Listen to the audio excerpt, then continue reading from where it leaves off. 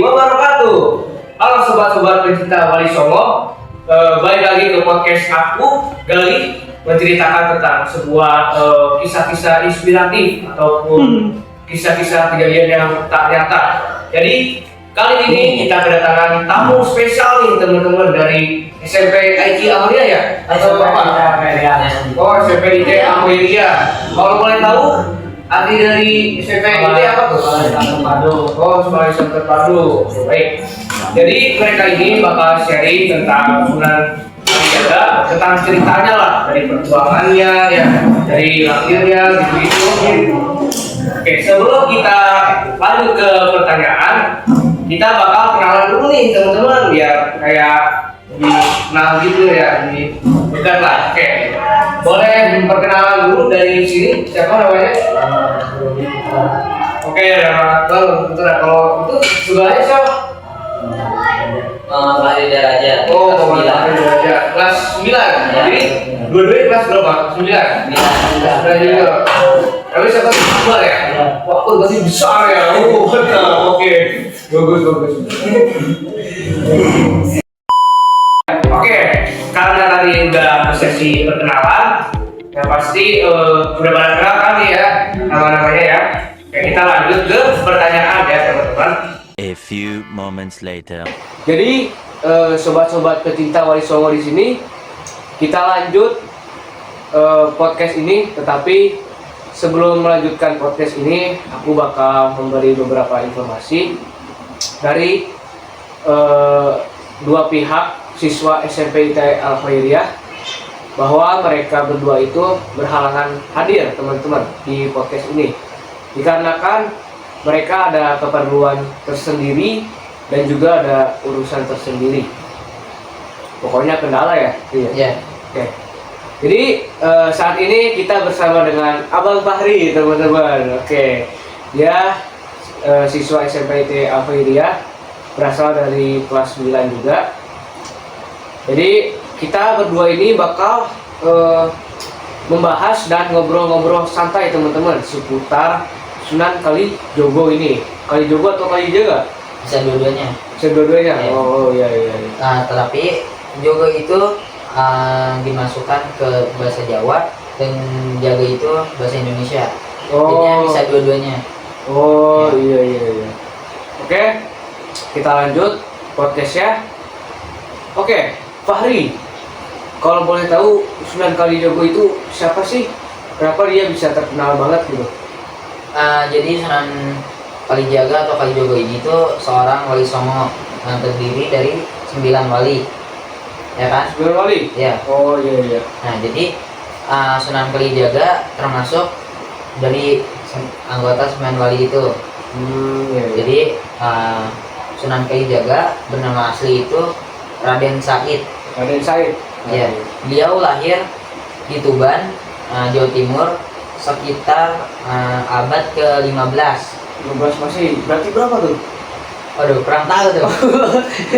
Oke, berarti di Tuban di Jawa Timur ya, di dekat Jogja kayaknya ya. Saya juga kurang tahu deh. Kurang tahu ini. Kurang tahu deh. Oke. Oke. Jadi, ayahnya itu Tumenggung Wilatika. Tumenggung. Iya. Uset, Seorang Adipati Tuban.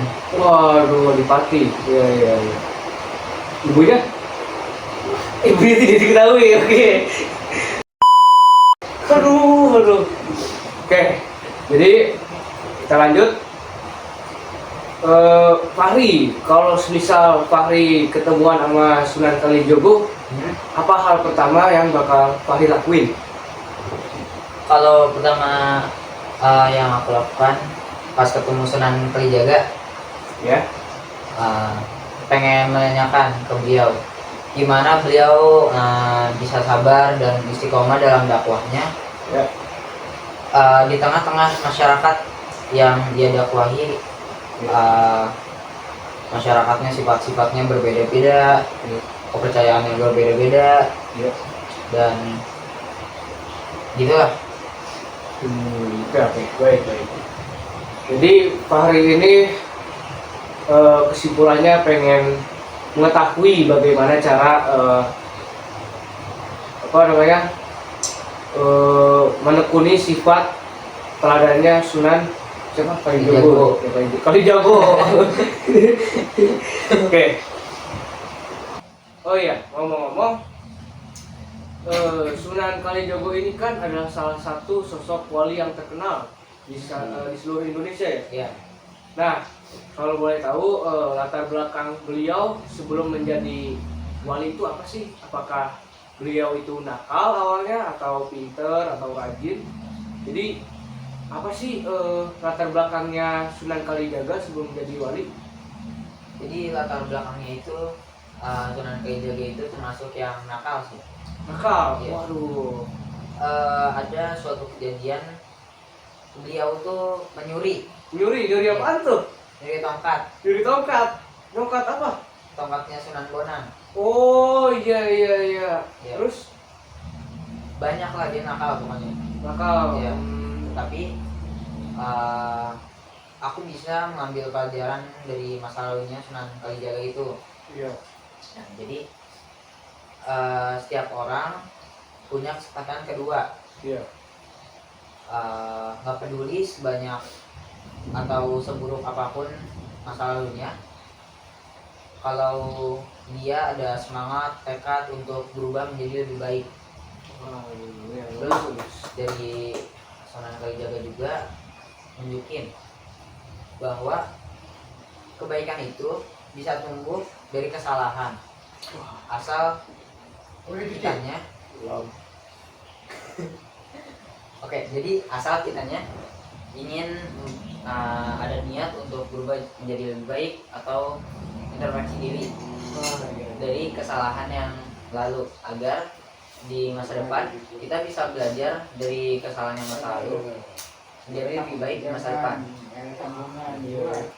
Bagus banget sih itu untuk kata-katanya. Ingat ya guys ya, kesempatan itu tidak datang hanya sekali, tapi datang berkali-kali. Jadi kalau kalian yang sedang berusaha untuk mengerjakan suatu masalah, jangan langsung nyerah teman-teman. Ingatlah, kesempatan itu datang berkali-kali, bukan hanya sekali. Oke, jadi kesimpulannya itu Sunan Kalijaga itu awalnya nakal ya? Nakal. Waduh, Fahri nakal gak nih? Waduh. Waduh.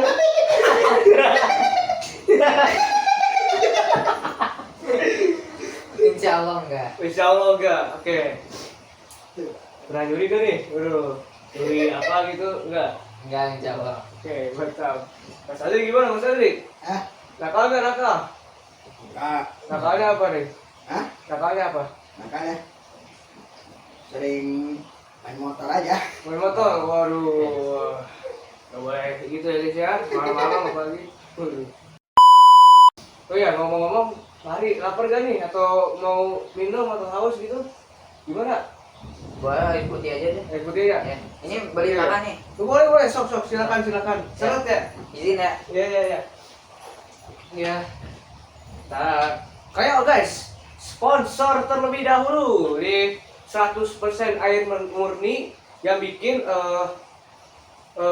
tenggorokan itu masih fresh kalau buat ngomong atau apa nih. Nih Cleo guys, beli harganya cuma 3.000 di pasaran atau di market atau di apapun ya. Jangan lupa beli Cleo. Oke nih, mari ya, minum ya.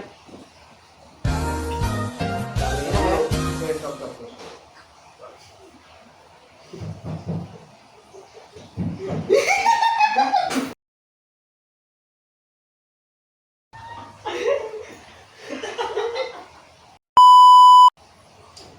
Oke Fahri, silakan diminum ya. Ya, Yang ya. Ini enak banget nih. Ini bagus buat kesehatan teman-teman.